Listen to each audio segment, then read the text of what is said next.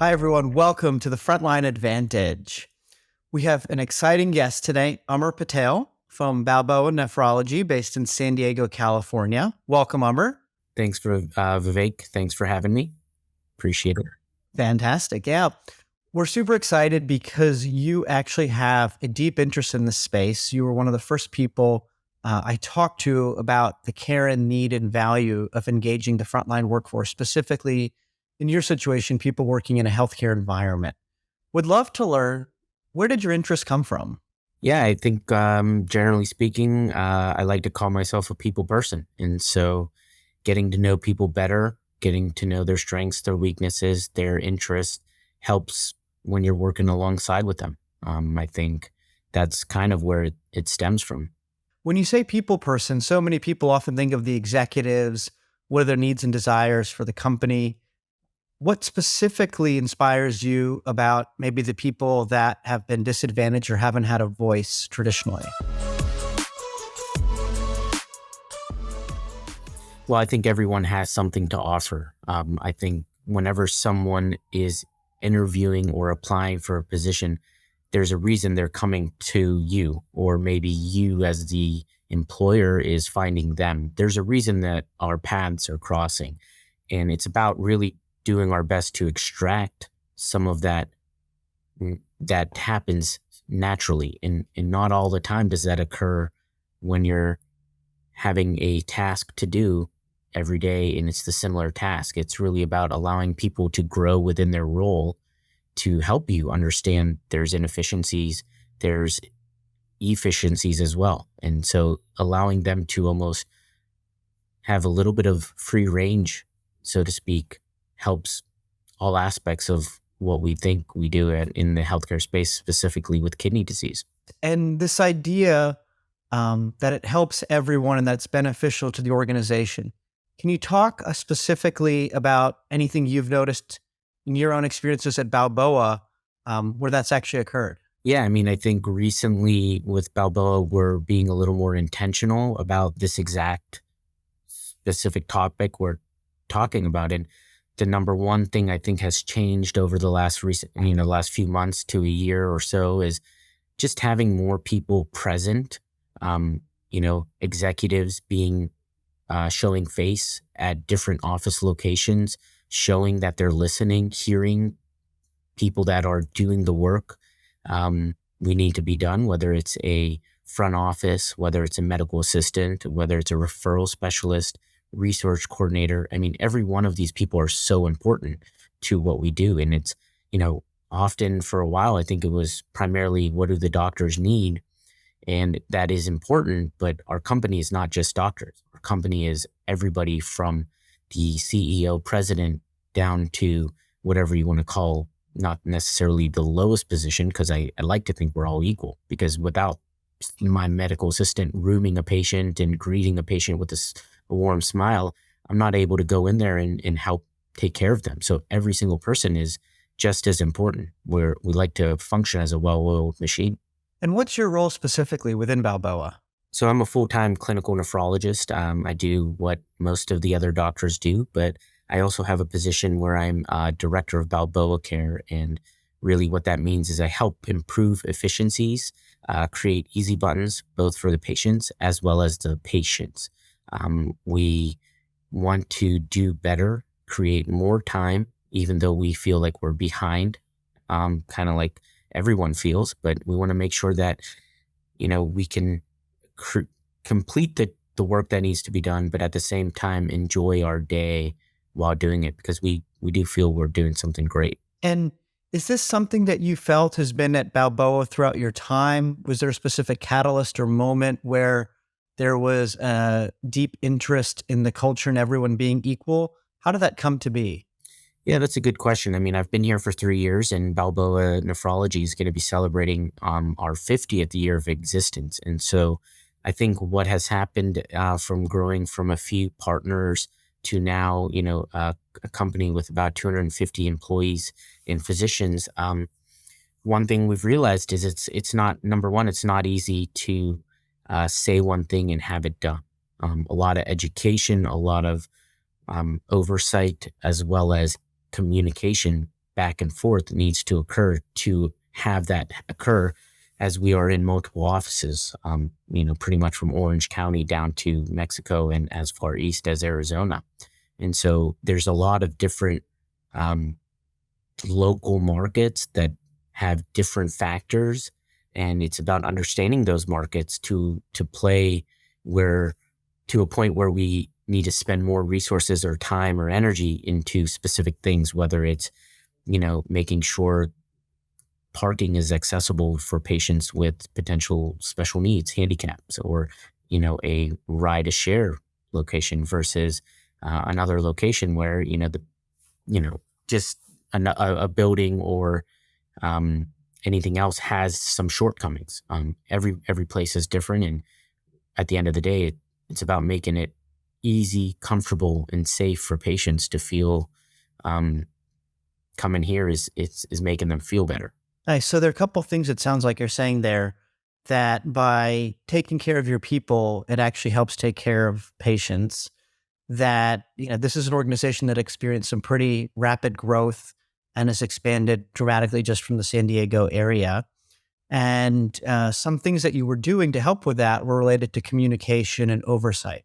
What are those things that you could share related to communication and oversight that you implemented that help?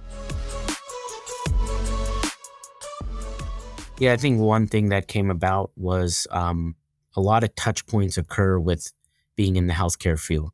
The most important touch point that everyone thinks about is the patient and physician or provider touch point.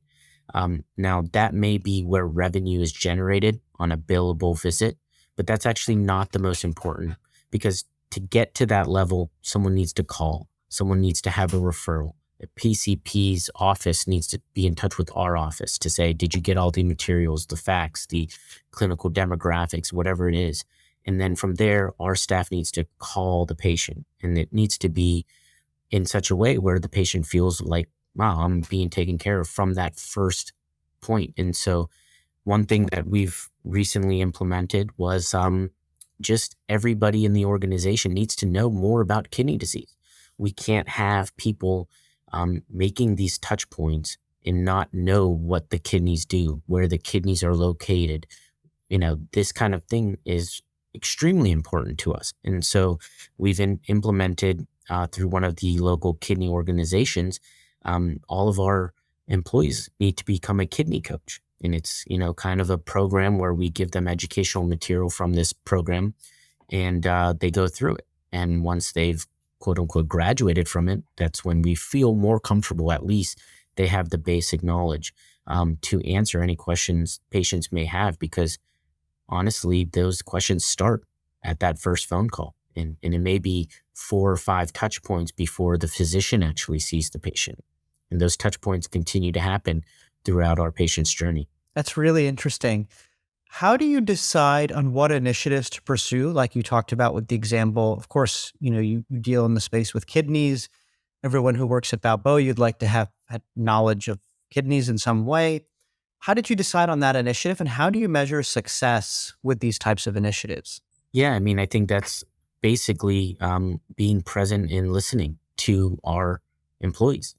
I think that kind of push came from a frontline office or a medical assistant saying, I don't know so much about what we're doing. A lot of our employees, one of the things we do the most of in nephrology is dialysis. A lot of our people that work for us don't necessarily know what that is. And so that was something where if you're present and listening, then you're saying, well, wait a minute. I'm telling one of my medical assistants to help a patient transition from not being on dialysis to dialysis, but they have no idea what I'm even talking about. And so how can I expect that person to help me get the best outcome for the patient?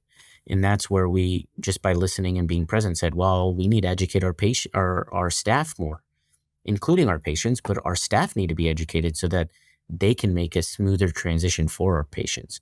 And that's where I think it came from. It might have been a medical assistant or a frontline office, but someone was listening. And again, that was from our executive leaders being more present in different office locations and understanding pain points that people have. Is there a specific tool or solution or process you implement to enhance listening or document these types of moments?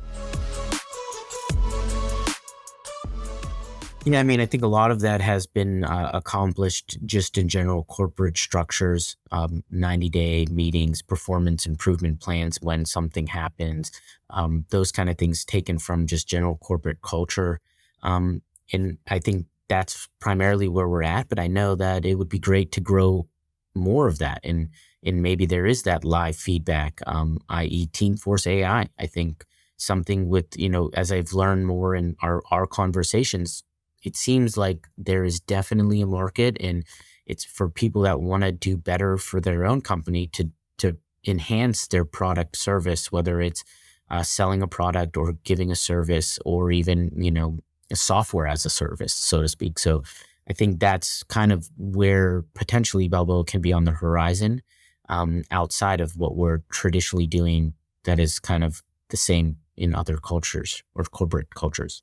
And have you faced any resistance internally from anyone who doesn't buy into this idea that we're all equal and this is the culture that's here? I think there's obviously going to be that. Have I personally come across it? No, no. But I'm sure there are. And really, my take on that is prove to me that that's the way it needs to be. And prove to me that if you are that way, it works out better. And I don't think anyone can do that very well. And so that's where it's just by leading by example. If I walk in and I say hi and I take care of, the people that I see with my behavior, with my presence, then hopefully they're doing the same thing with their colleagues. And when the leadership does show presence, and it's hard to show presence when you have, 15 different offices, but when they do show presence, people feel that presence. They see it, and people are saying, looking at each other in the eyes and saying, "Hi, how are you? Oh, you're X, Y, and Z, and you run this. That's great. We appreciate your work, and how can I help it make better?" I mean, though, just by leading by example is the way to go.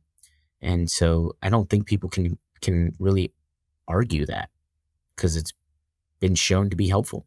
Yeah, that makes a lot of sense. I mean, there's definitely folks that'll be listening that'll say, what's the business case behind this? Because a lot of what you're saying, and not to criticize anyway, it's things around feel, Yeah. and you get it because you intuitively understand the value of this. For those that may struggle, and in fact, maybe it's a detriment to them because Balboa has a competitive advantage.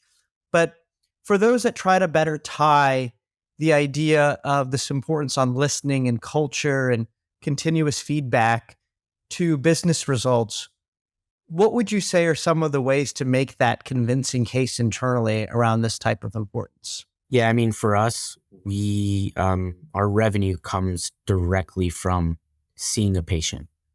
And so if we aren't seeing a patient, we don't have revenue. If we don't have revenue, obviously you're not going to be able to hire more or grow. That's kind of easy to understand. If a patient decides that they didn't have a good experience, that patient can go elsewhere.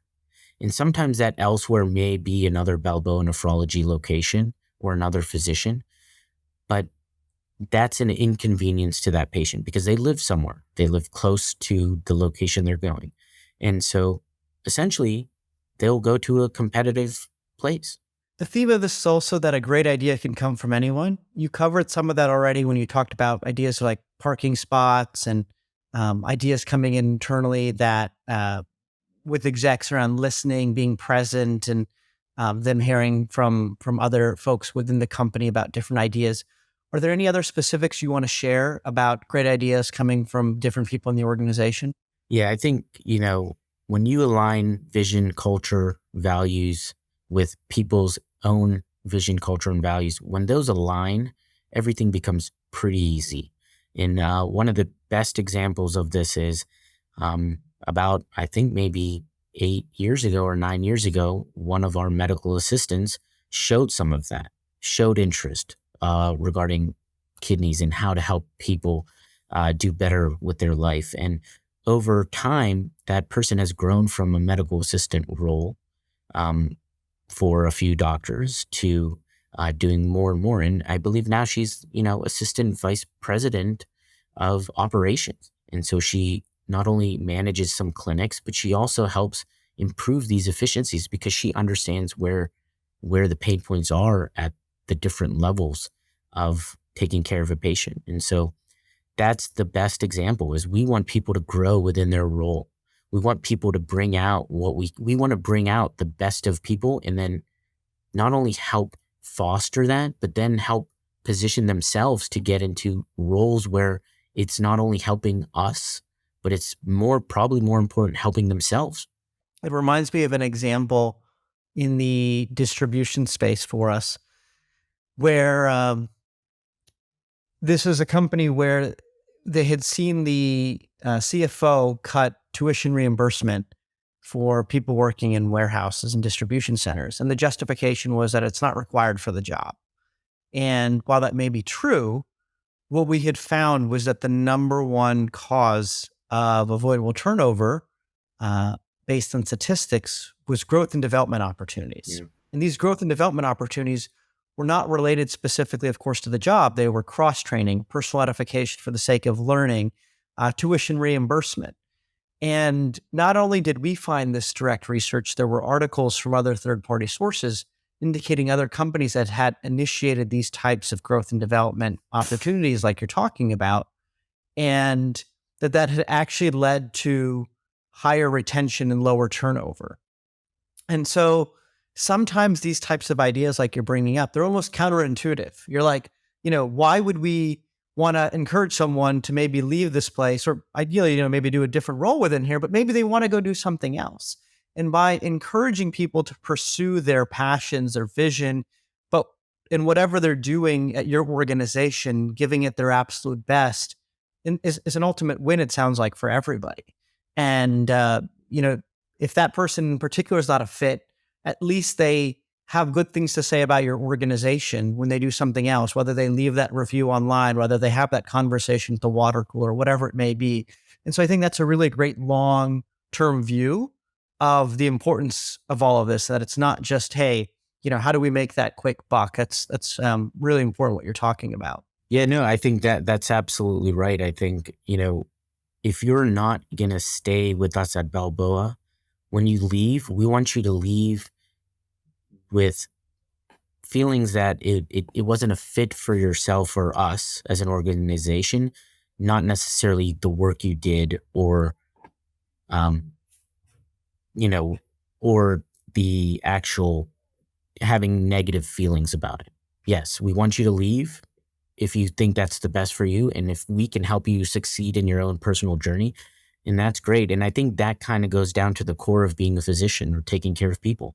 You're taking care of patients for a specific need, but you also have to take care of your own employees for their specific needs. And sometimes those paths run parallel and they converge and diverge. And it's really just about finding where and when and the timing of it to say, well, let's keep it going and grow, or I think it's time to move on.